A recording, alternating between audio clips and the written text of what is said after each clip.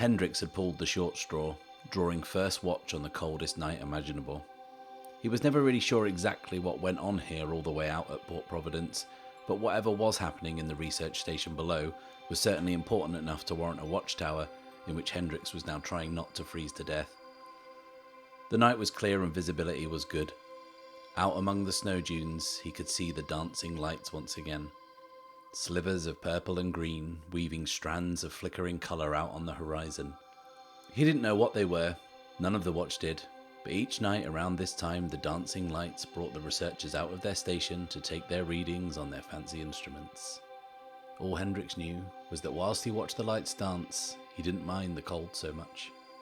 He watched as purple turned to blue and green to yellow, then orange and gold and silver. It was beautiful. It was growing brighter and getting closer. He couldn't stop watching the dancing lights. Hendrix was transfixed, just watching the lights. He could barely hear the screams coming from the station below.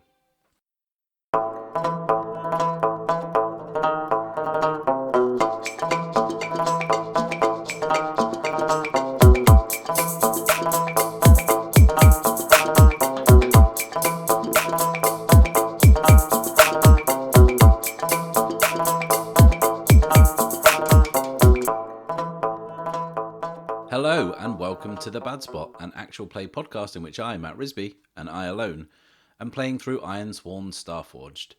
This is our fourth session now, and things are going from bad to worse for our hero Archer Barlow. If you want to follow his adventures through the Forge, then leave a like, subscribe and click the bell to get notified when the next session drops. I wouldn't want you to miss a second of the fun. I say fun, but that's definitely not what it feels like Archer has been having. In the episode so far, does it? So where were we? Okay, Archer is lying face down in the mud, exhausted, battered and bruised and just busted up pretty good following his encounter with the radioactive monsters last episode. Now, I've had a good week to think about it, and I don't think I've quite cracked the name for what those things were, but I do have a short list that I've come up with, if you'll indulge me. So I'm thinking we call them one of the following. Okay. 1. Dangeroos. Now, I don't want to patronise you, but that works on 2 levels. It's 1 letter's difference from kangaroos, and also nearly says dangerous. It's very clever. 2. Kangerilladiles. Very much just merging all 3 animals that they resemble together. 3. Deathhoppers. 4. Murdersupials. Or 5, which is kind of my favourite at the minute, just muscle bastards. Feels apt, and that's kind of what I'm calling them in my head. But whatever we're calling them, they're gone now. And I think that Archer is the kind of person not to take chances, so but that seems wild, given the adventures we've had so far. But yeah, I think he's someone who would make sure to watch as they got kind of swept away in the water. I think that the fall was quite high, and the rock that collapsed on them was pretty big. So I think he's sure there's no possible way that they could have survived that. I do realise, as I'm saying that, those are famous last words, but you could apply that to literally everything I say on the show. So yeah, there's every chance that whatever I say will come back and haunt me in the future. Okay, so what are we doing? We are injured. Yeah, he's got this shooting pain across his chest from the fall on the rocks, and he's pretty sure he's got at least 1 broken rib. So what are we going to do first? I think we need to heal up. So we're going to make the heal move, because we're in bad shape, and I don't want to hang around, but yeah, we're in sufficiently enough trouble to have to heal up, I think. So heal says when you receive medical care or provide treatment, envision the situation and roll. And then there's lots of different ways of doing this, and I'm mending my own wounds, so I'm rolling plus iron or plus wits, whichever is lower. So my iron is definitely lowest, which is not an ideal stat to roll against, but it is what it is. So how are we going to do this? So I think Archer rolls over, kind of safe in the knowledge that the beasts are long gone, and he pushes himself with like no little effort away from the rim of the gorge and kind of props himself up against a tree and takes a moment to check around him that the coast is clear and kind of scanning the area and also the trees above him because that's kind of where they came from. And he doesn't see anything. So kind of holsters his pistol and has a rummage in his satchel for his med kit. And I think it's like a small kit and has some basic field dressings and like stims and sedatives and stuff and, you know, space drugs. And oh yeah, he fought the Bannersworn, didn't he, on the creation? And he tried to administer some pain relief to the one he shot. Well, he shot them both, but the one that was still alive, and it was rebuffed. So maybe he's got that. He's got that sedative. So maybe it's a bit like a kind of like an EpiPen or something. He just kind of jabs into his side to try and kind of kill the pain. So that's our expert medical care. Let's just roll it. Okay, that's a weak hit. So it does the job, but it costs. So mechanically, my health is back up to 4, so I think he's feeling pretty good. Now, we're out in the field, and we've been away from the ship for some time. And, in fact, what time of day is this? I think I remember saying that when we left Redemption, it was early morning. And it took some hours to get to creation, and then we explored that. And then we got blown up from that and launched in the jungle. And this has all happened on one day, which is one hell of a day for Archer to have. So I don't know, like late afternoon maybe? Is that reasonable? I think it is. But anyway, I think he's been away from the eclipse long enough that he's had to rely on his kind of kit, and we established that he travels light, so I think it's reasonable for the cost of this recovery to be his resources. So it's been quite a day already, and yeah, I don't want to be out here at night, so I think sacrifice resources is a reasonable cost to pay here. So maybe I had to use like kind of 2 or 3 of these sedative pens kind of for it to have any real effect. And maybe I'm not like completely out of space drugs, but I've burned through maybe more of my medikit than I'm comfortable with burning through. So I think Archer likes to be prepared and to have everything he needs. And I think supply wise, we're running on fumes. So bump the supply down to 2. So we've hopped ourselves up on space morphine, and it's time to get moving again. Archer has got to get back to the ship, and he needs to do it before the night closes in, because he was kind of openly attacked in the daylight by those radioactive monsters, so who knows what's going to kind of stalk him in the dark out in the jungle. So, right, how are we going to go about this? I think even though we've healed a bit, I don't think it's narratively appropriate for me to just put my head down and just sprint through the jungle. So I think we're going to try and do this next stage of the expedition by kind of keeping out of sight, trying to keep a low profile. So we're going to undertake an expedition, but because we are trying to stay out of sight, it's going to be rolling plus shadow. Okay, that's another weak hit. Now, I'm at full momentum, so I could burn it, turn this into a strong hit. But I kind of feel like I really only want to use that when something really bad happens.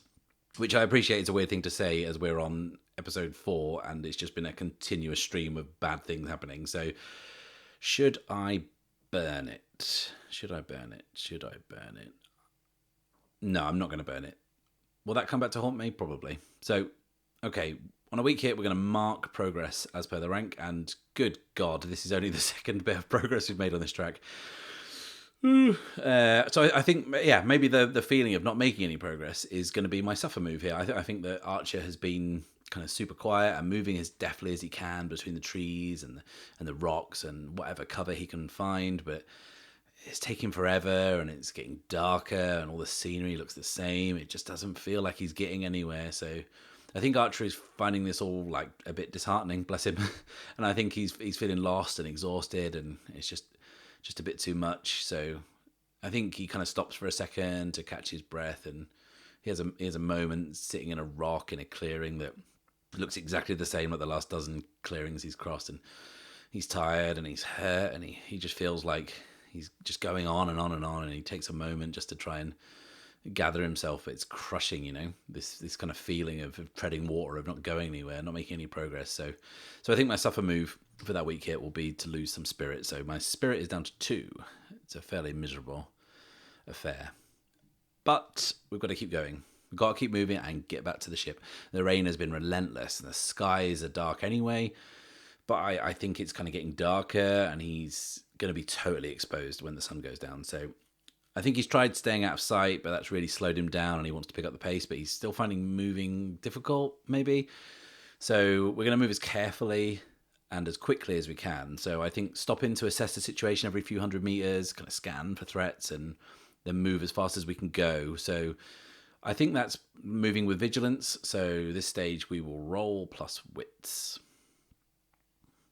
Oh, yes. Okay. So strong hit. So marks on progress. So we're up to 6 progress now.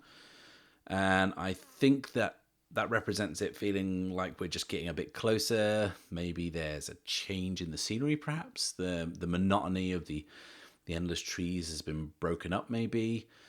Maybe we've reached the edge of like the damaged area from the blast. The creation did blow up in a fairly dramatic fashion. So maybe that's it.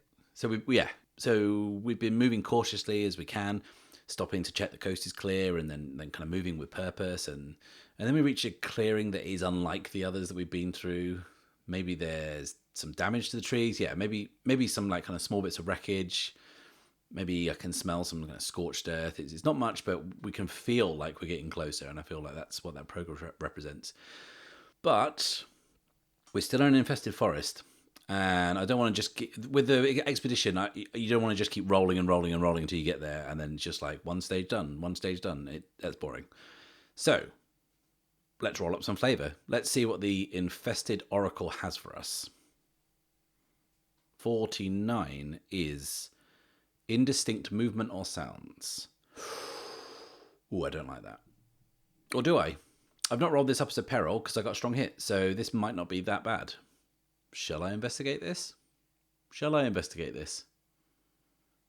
I think I'm going to investigate it. Okay, so let's make the move explore a waypoint. It says when you divert from an expedition to examine a notable location, roll plus wits. So I hear this noise off in the distance. Let's see what it is. What could go wrong? Strong hit. Okay, cool. Let's find an opportunity. So I get +2 momentum, plus technically another +1 from my Explorer asset, but I am maxed out. I've got momentum for days. Don't need it. Sick of it. So let's roll up on the infested oracles and see what the opportunity is and see how we can kind of tie it into this noise. 37. Creatures turn on each other. Right, okay, so maybe the beasts are back. And when I say the beasts are back, I don't mean those beasts that we encountered at the gorge. There's just more of these things. They are, I mean, I'm not asking them for ID, but like, you know, I'm pretty sure these aren't the same ones that went into the gorge. Yeah, but there's more of these things out there, which is, you know, not the most heartening sight you could imagine. But let's say I can maybe observe them from a position of like safety. So, okay, so maybe I'm following the noise, this kind of metallic clanking, and I follow the jungle as it starts to open out, and like maybe there's a clearing up ahead, but it's been made by like a massive bit of wreckage. This huge chunk of the creation's hull it was sent hurtling into the air by the blast, of which I can relate to the feeling, and has crashed down and taken out a considerable chunk of jungle. And maybe as I'm approaching slowly, I've got my pistol drawn. There's maybe another bit of wreckage, this kind of massive slab of metal that's dug deep into the ground and kind of rises up kind of like 10 meters above the ground, or kind of near kind of treetop level. And I can kind of get up on there and look down from above into this clearing. It's kind of like a smallish crater, and I can see that one of the beasts, one of the radioactive monsters, is just in amongst all the twisted metal down below, and it's kind of snuffling around the wreckage, and I think the clanking I could hear from back there is maybe it's trying to get at something trapped underneath the section of the hull, and maybe there's another one of the beasts trapped under this large kind of nasty jagged piece of metal, and the one it's crying out in pain, and then the one I saw first is kind of clambering about on top and trying to scratch and kind of claw the wreckage off the other one, but it's kind of too heavy, and both animals are becoming distressed and agitated, and there's that yellow nuclear goop being kind of spurted out of their flesh pipes everywhere. So it becomes kind of like a more frenzied scene. Maybe the first one I saw is trying to get at the trapped one, not trying to help it. Maybe it kind of senses an easy meal and it's just trying to feast on a weakened foe. But whilst the one that's trapped is not badly injured, and they're kind of big, muscly creatures, and the first one maybe uses its strength to kind of finally pull the piece of metal off his mate, who he's now about to eat, but he's not as injured as maybe he thought he was, and they turn on each other, and there's this kind of like whirling dervish of teeth and snout and metal and claws, and they kind of kick and bite at each other and roar and snap, and then the creatures kind of chase each other off into the distance. And I think that might be my cue to suck up the pain and get the fuck out of Dodge. So I think we can now narratively justify moving quickly, like plus edge. So let's roll that up. So that's a miss, and absolutely I will burn my momentum to turn that into a strong hit. So just a reminder, when you burn your momentum, you replace your roll with your current momentum score, and then you reset it. So your momentum's default reset is 2. It can change, but for now mine is 2. So with a strong hit, we can now mark progress, taking us up to 8 out of 10 on the progress track. Now, do I want to finish this expedition? I mean, yes, I do, as both a character and a player. I am sick of this jungle. And remember, when we make a progress move, when we do this, we are rolling the challenge dice against our current progress, not an action score. So really, we want 2 7s or lower. That's what we want. Okay, weak hit, that'll do.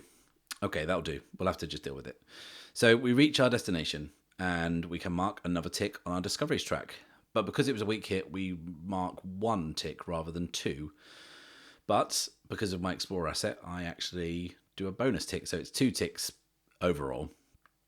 It should have been 3, but it's 2, which means that we have completed a box on our discoveries track and started another. Now, completing that first box means that we get some XP to spend, and we can level up. Now, when you level up in Ironsworn and by extension Starforged, you don't kind of pimp your stats. You already start as quite a kind of awesome character. You're pretty powerful from the off.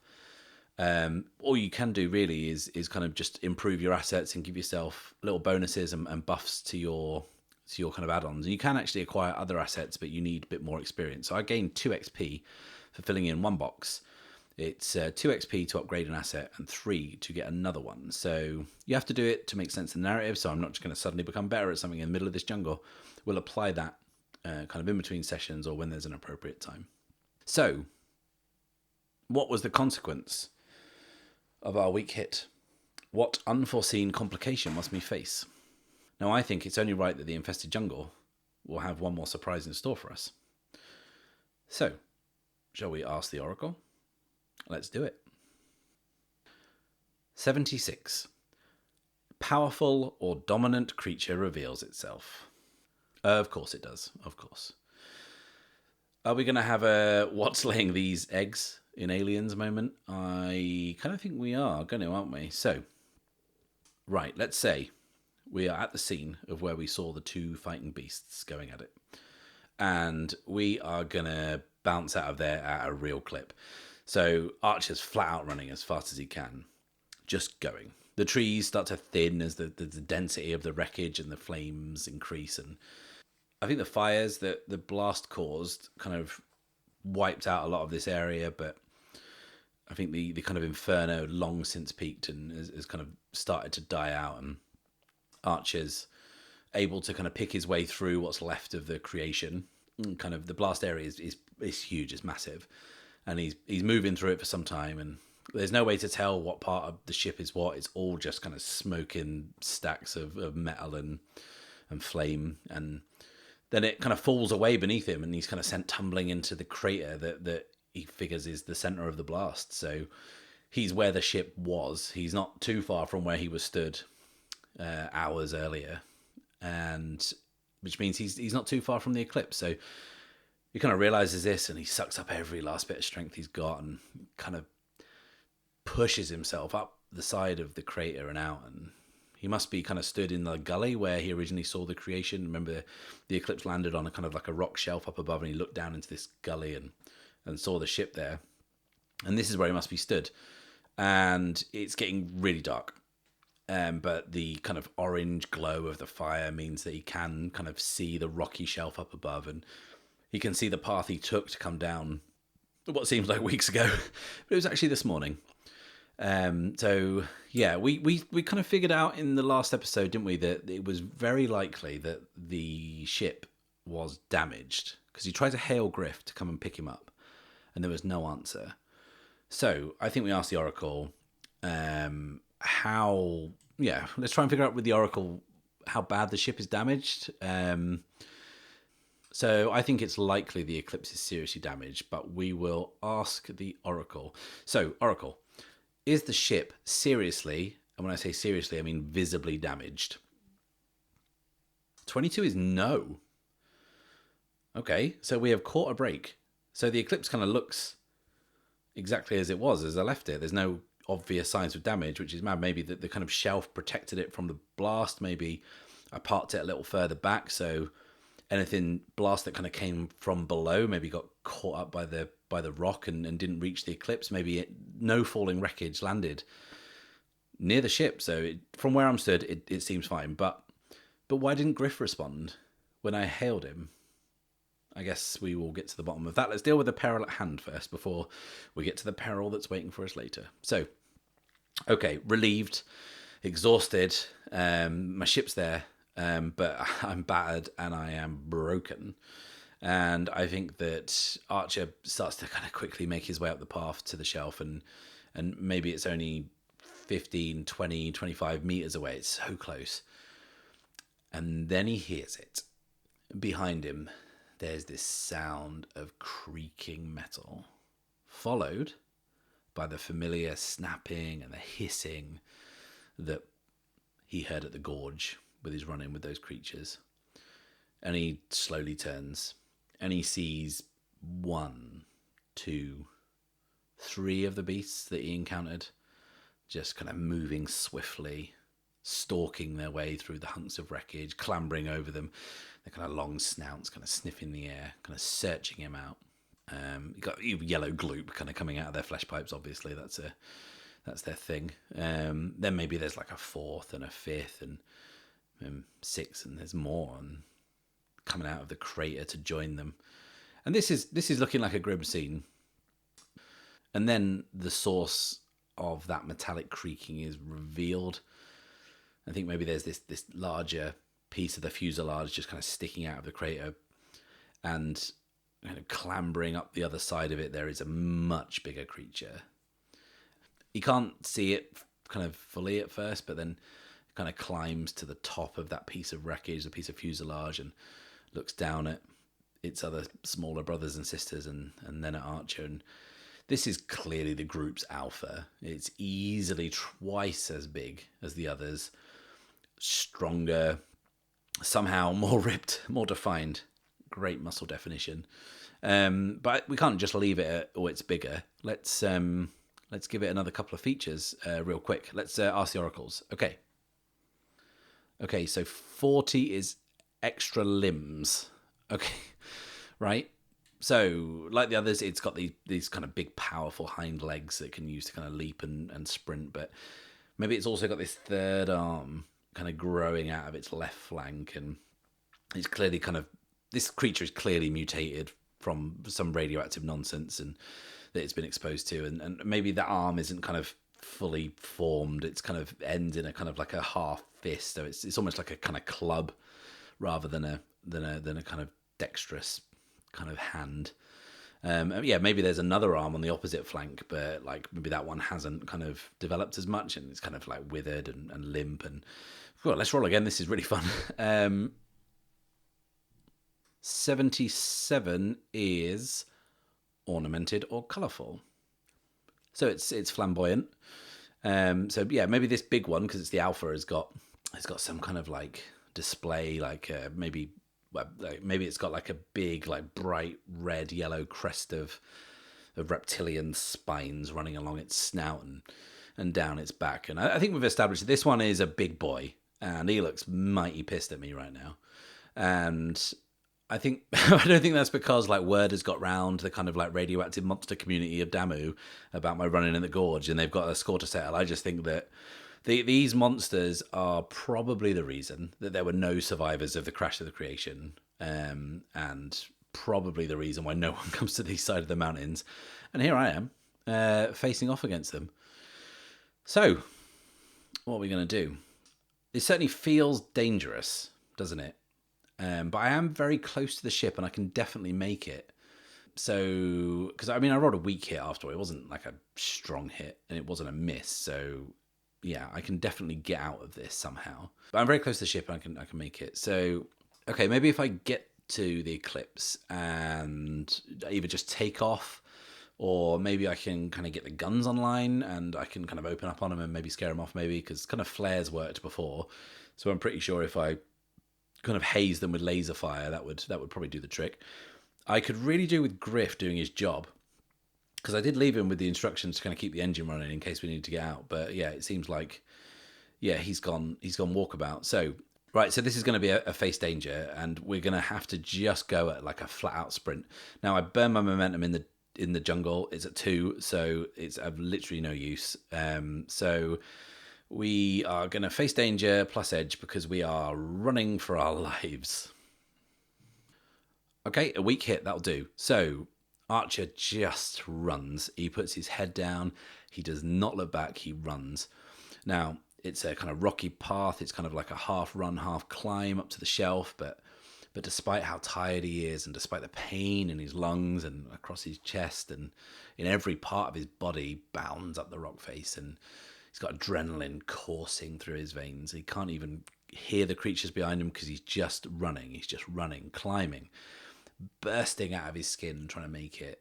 And the last few meters as he gets up on the shelf are a blur. But now he can hear the snapping.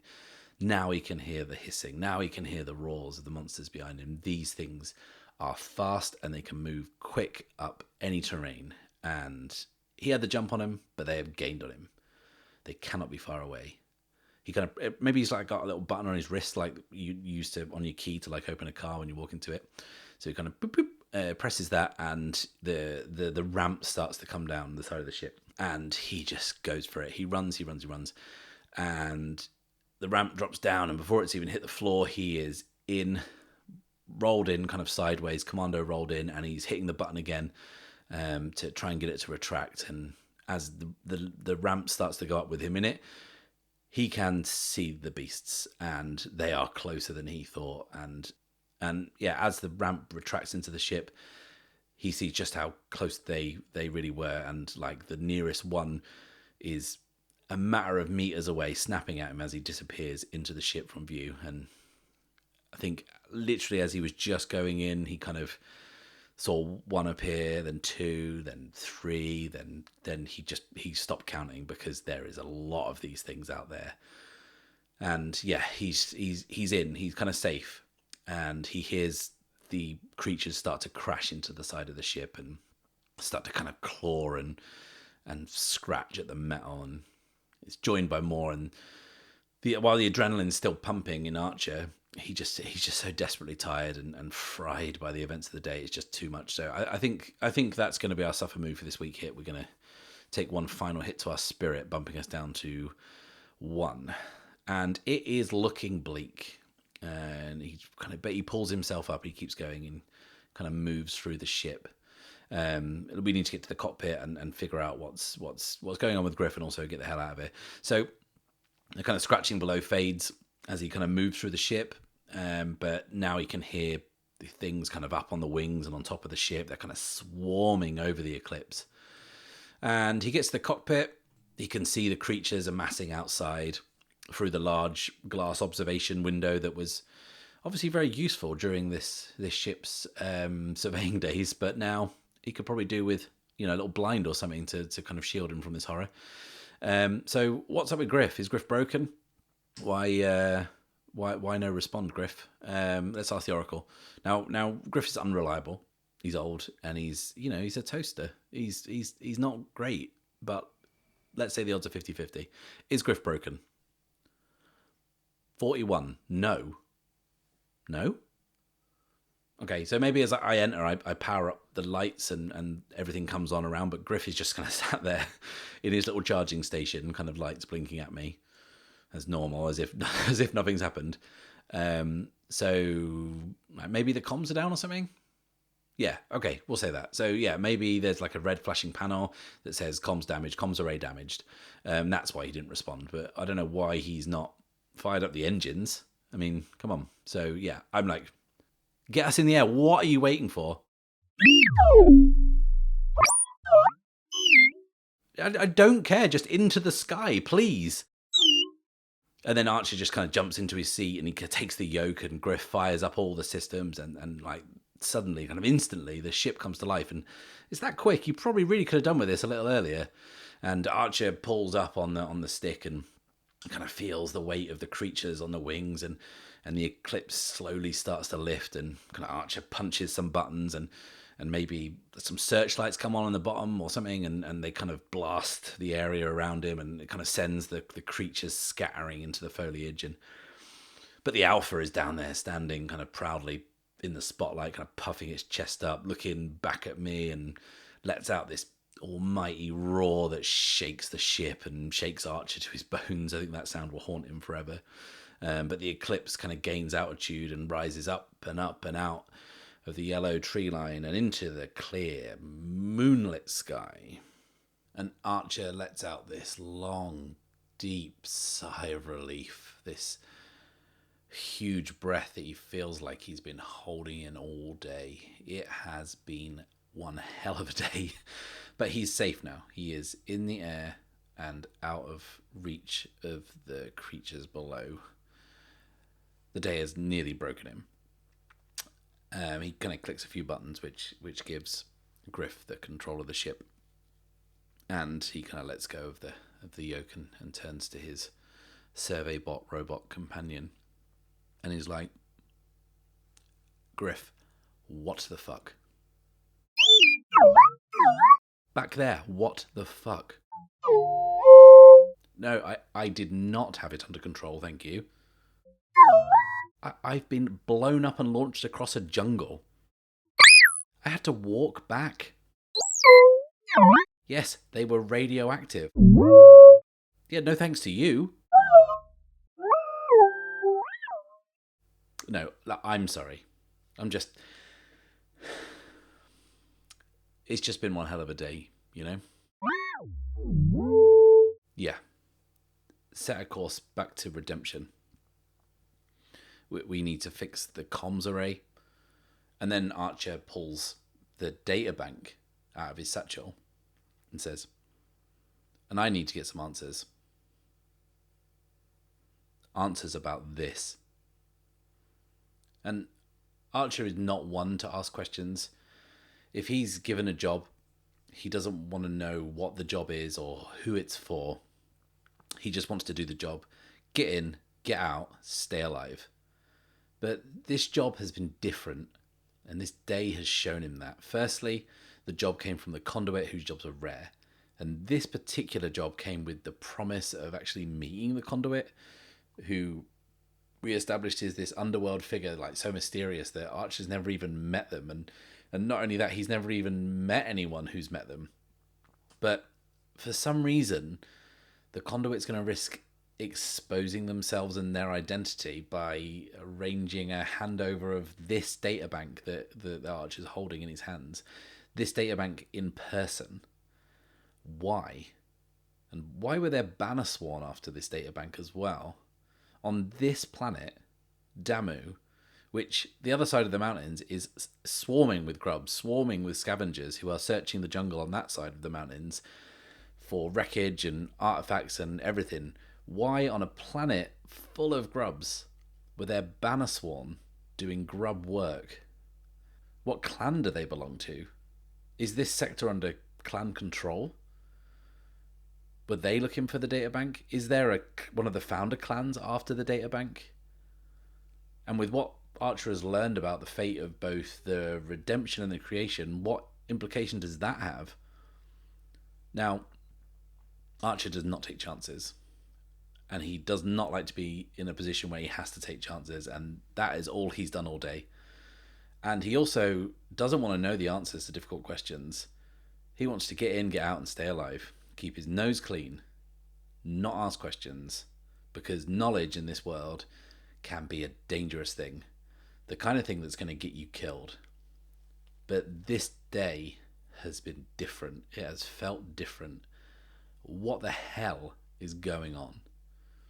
So Archer holds the data bank in his hands and he kind of looks down at it, and it doesn't look much different to the technology that exists in this world now. And he moves over to the console at the front of the cockpit and slides it into a vacant slot in the racking and plugs it into the ship's computer. And he says, "Griff, let's see what's on this thing." Thank you, thank you, thank you, thank you for watching. The plot very much thickens. We have survived Damu's infested jungles, but now what felt like a MacGuffin kind of fetch quest seems to have greater meaning. What is on this databank, and who wants it so badly that I nearly had to kill myself to get it? I personally can't wait to find out. So please leave a like and subscribe to this channel if you've not done so already, and push the little bell icon so you can be notified when the next video drops. I hope you liked this week's Tale from the Drift that opened the episode. Once again, that's just a little bit of flash fiction that I write using a few prompts from the oracles. And after a user comment on the last episode, I will be listing those prompts that I rolled for inspiration in the description below. Submissions are still very much open if you have access to the preview edition and want to roll up a bit of flash fiction for me to read. So, if that sounds like your bag, get in touch via the email address on the screen now, and I'll let you know the parameters for submission. Okay, until next time. It's farewell and safe passage.